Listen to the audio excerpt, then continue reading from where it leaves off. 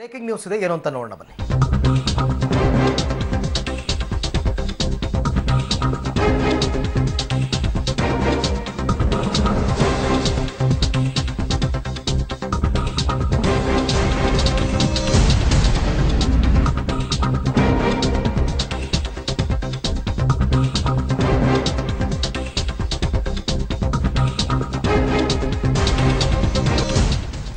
Okay, ಮೀಸಲಾತಿ ವಿರೋಧಿಗಳಿಗೆ ಪ್ರಧಾನಿ ಮೋದಿ ಟಾಂಗ್ ಕೊಟ್ಟಿದ್ದಾರೆ.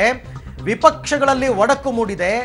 ಈಗಲೇ ಹಿಂಗೆ ಇನ್ ಮುಂದಕ್ಕೆ ಹೆಂಗೋ ಅಂತ ಮೀಸಲಾತಿಯ ವಿರೋಧಿಗಳಿಗೆ ಪ್ರಧಾನಿ ಮೋದಿ ಇವತ್ತು ಆಗ್ರಾದ ರ್ಯಾಲಿಯಲ್ಲಿ ಟಾಂಗ್ ಕೊಟ್ಟಿದ್ದಾರೆ. ಆಗ್ರಾ ರ್ಯಾಲಿಯಲ್ಲಿ ವಿಪಕ್ಷಗಳ ವಿರುದ್ಧ ಮೋದಿ ವಾಗ್ದಾಳಿಯನ್ನ उठाया नागरिकता से जुड़े कानून में संशोधन का। ये देश के उस संकल्प का हिस्सा है जिसके मुताबिक हम उन सभी लोगों के साथ खड़े रहेंगे जो कभी भारत भूमि का ही हिस्सा थे।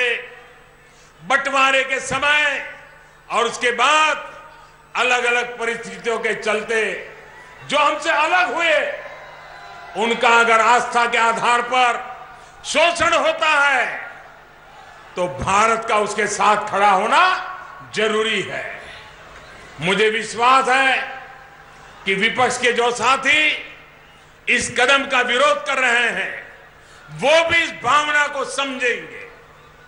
साथियों, भ्रष्टाचार के खिलाफ आपने 4.5 साल पहले मुझे जो आदेश दिया था उस पर भी मैं पूरी क्षमता से खरा उतरने का प्रयास कर रहा हूं।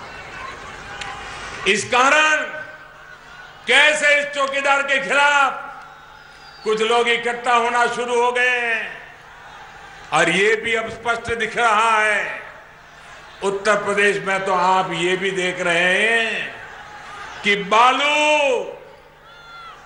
मोरंग लेकर शोषितों वंचितों का अधिकार तक जो खा गए, ऐसे लोगों ने भ्रष्टाचार में साझेदारी का अभियान शुरू किया है। एक दूसरे के घोटालों और घपलों को छुपाने के लिए वो हाथ मिला रहे हैं जो कभी एक दूसरे से आंख मिलाने के लिए भी तैयार नहीं थे। भाई और बहनों, राजनीतिक स्वार्थ के लिए लखनऊ के गेस्ट हाउस का वो शर्मनाक कांड, उसे भी बुला दिया गया। मुजफ्फरनगर समेत पश्चिम यूपी के अनेक हिस्सों में क्या हुआ था, इसको भी बुलाने की कोशिश की जा रही है।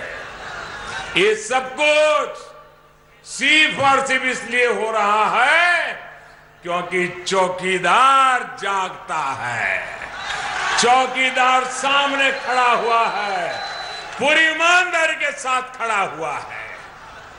चौकीदार को ಇನ್ನು ಆರ್ಥಿಕವಾಗಿ ಹಿಂದುಳಿದ ಮೇಲ್ವರ್ಗಕ್ಕೆ 10% ಮೀಸಲಾತಿ ಕಲ್ಪಿಸುವ ಮಸೂದೆ ಸಂಬಂಧ ಮೇಲ್ಮನೆಯಲ್ಲಿ ಬಿಸಿ ಬಿಸಿ ಚರ್ಚೆ ನಡೀತಾ ಇದೆ. ನಿನ್ನೆ ಲೋಕಸಭೆಯಲ್ಲಿ ಕೋಟಾ ಬಿಲ್ಗೆ ಸಮ್ಮತಿ ಸೂಚಿಸಿದ್ದ ಕಾಂಗ್ರೆಸ್ ಇವತ್ತು ಪರೋಕ್ಷವಾಗಿ ತಗಾದೆ ತೆಗೆದಿದೆ. ಉದ್ಯೋಗ ಸೃಷ್ಟಿಯನ್ನ ಬಿಟ್ಟು ಕೇಂದ್ರ ಸರ್ಕಾರ ಕೋಟಾ ಪಾಲಿಟಿಕ್ಸ್ನಲ್ಲಿ ತೊಡಗಿದೆ ಅಂತ ಆನಂದ್ ಶರ್ಮಾ ತಗಾದೆಯನ್ನು ತೆಗೆದಿದ್ದಾರೆ.